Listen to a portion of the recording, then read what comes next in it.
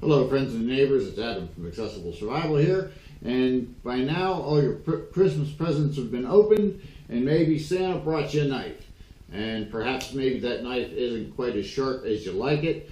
Maybe you have a knife that you've been using and the edge has gotten a little dull for your liking.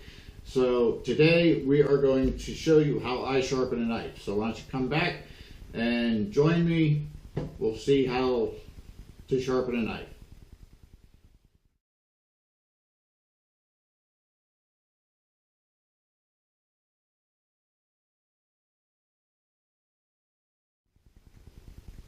Alright, so I got Stitch here, he's going to help me out, and what I have here is the Viking whetstone that we got from Wazoo Survival, and we got it out of the Battle Box Mission 22 box this past month.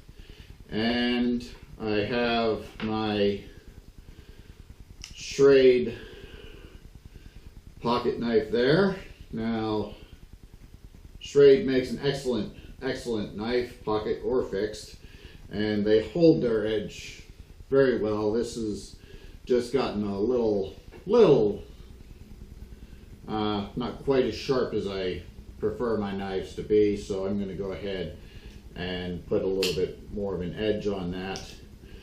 I have my bowl of water. That's why they call it a whetstone. You get your stone a little bit wet, that activates the stone itself so that it's able to sharpen. And I have a washcloth to clean up any little mess on my table here. So what I'll do is trade camera views, and I'll have this camera view here, and then I'll swap the camera back and forth to bring the camera right above me so you can see what I'm doing. But yeah, that's Schrade. And what I like to do whenever I'm working with sharpening my knives is I make sure that it is able to shave the hairs off the top of my arm. The top, not the underneath. Please don't hurt yourself. Don't cut yourself. This is a very testy area, and I'll show that whenever I have the camera on the upper angle. So let's get the camera pointing down, shall we? All right. Okay, so the first thing I'm going to do is take my whetstone right here. I'm going to get some water on that whetstone. That way I can get it activated, get it nice and wet. Now, wipe off my hand. Now, what I do, and you want to be very careful, I hold my whetstone. A lot of people will have some sort of a rig of some sort to hold the whetstone for them, but personally I will hold the whetstone. This is a smaller whetstone that I'm used to, so I'm going to be very careful. But place your knife on your whetstone, and you want to slice along the top of the stone, such as this, and as you go you want to pull the knife along the stone, catching every part of the blade. And I do 5 swipes, and you're trying to just slice take a slice of the stone like you're peeling the top of taking a slice off of a tomato. Then you bring it back to you 5 times. 1, 2, 3, 4, 5. You want to keep the same angle going towards and away from you so that you get the same angle on the blade going both ways.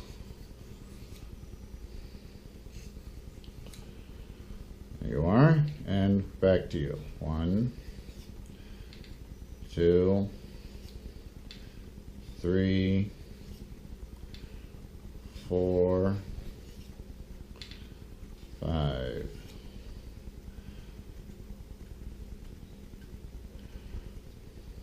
Again, you notice your stone is getting a little dry. Got a little more water on it. 1, 2, 3, 4, 5. Remember, you're trying to slice the top of it off. You don't want to bring your knife completely off like this. You're trying to slice the very top layer off. 1, 2, 3, 4,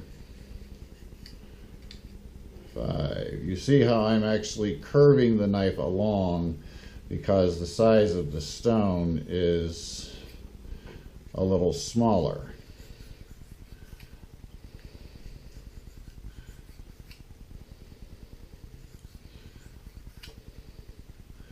Because you want to shave that layer off your whetstone.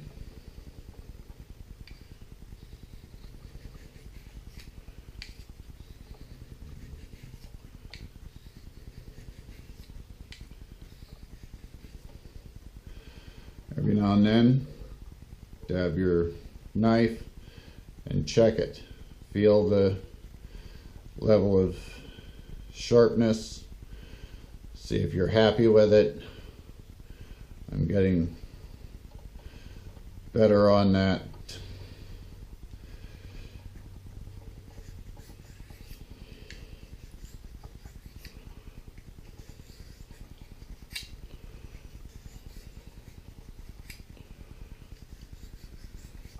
Remember to curve that knife so that you can get the point as well as your cutting edge here.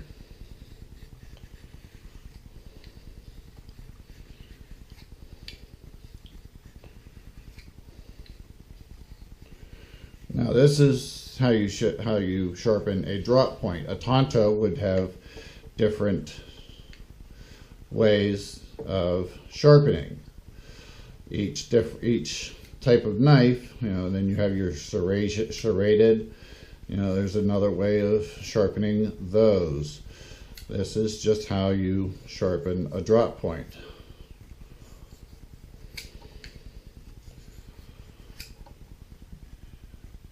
You have to be aware of your water.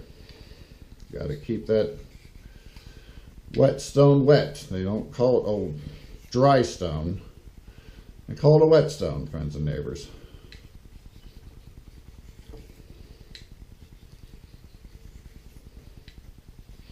Remember to keep the angle of your knife the same, going both ways.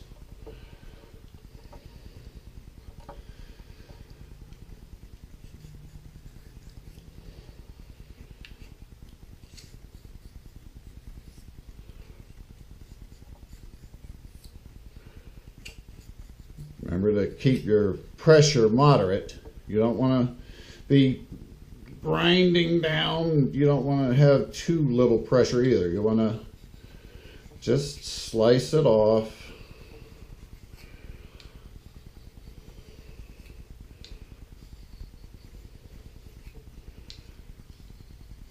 Also, you don't want to be having too many distractions. You don't want to have the TV on. You don't want to have you know, all kinds of distractions going on, because you are in fact dealing with a knife, friends and neighbors.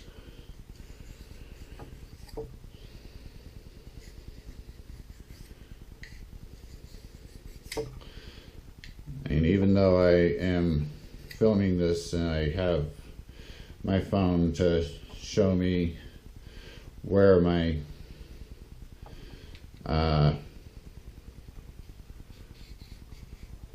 where I am in the view of the camera, I'm not exactly looking very much, which you probably can tell. I've probably gone out of camera view once or twice, but that's the thing. I'm not paying too much attention to where my camera view is, because I'm dealing with a very sharp object here. Now, remember what I said about testing it on your arm. You're shaving, friends and neighbors. You're not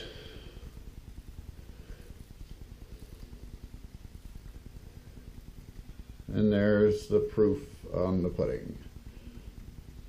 Hair on the blade. So let's go back to the front camera angle. And so that's that shows you how to sharpen a knife. Now sometimes you may have a very dull knife and it might take you a little longer. You may have, maybe you haven't done maintenance to your knife. Actually, there is one final step for this knife that I have not shown, and what you want to do is to get a little bit of vegetable oil and kind of put on the edge of the blade, not a whole lot, just enough that will go on the tip of your finger, and you just want to put it on there, get it good, and then just set it out, put it there on your